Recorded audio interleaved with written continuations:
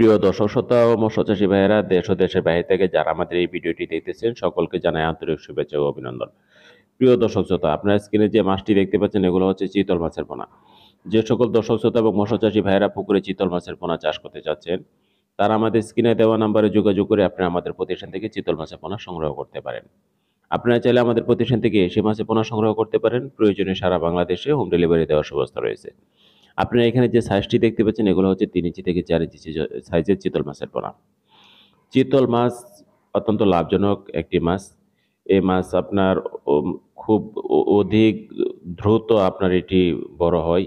এই মাছটি যদি আপনার পুকুরে আপনার ১ বছর মাছ চাষ করেন, তাহলে এই মাছটি ১ বছরে প্রায় ৫ থেকে ৬ কেজি ওজন আসবে।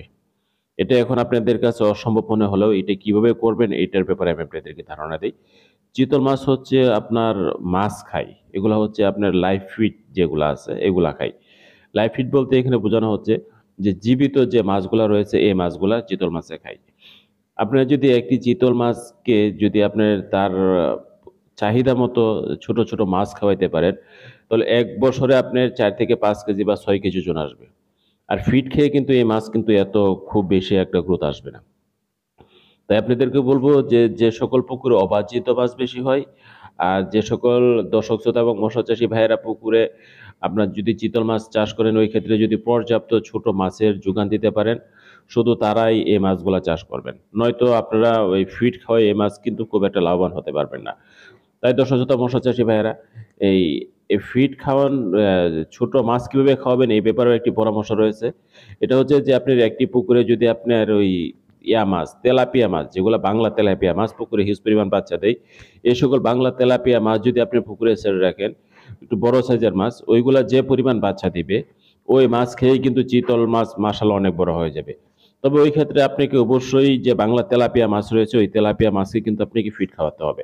যদি ওই মাছকে আপনি ফিড না খাওয়ান তাহলে সে কিন্তু পর্যাপ্ত বাচ্চাও দিবে না।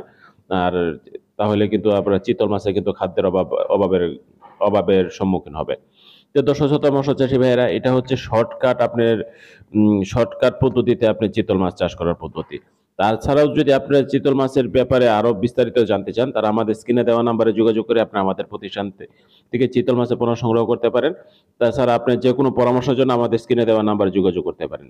দর্শক শ্রোতা ও মৎস্য চাষী ভাইয়েরা, যারা আমার এই ভিডিওটি দেখতেছেন, ভিডিওটি শেয়ার করে সকল দর্শক শ্রোতা এবং মৎস্য চাষী ভাইদেরকে দেখার সুযোগ করে দেন। আর যারা এই চ্যানেলটি সাবস্ক্রাইব করে আমাদের পাশে থাকেন।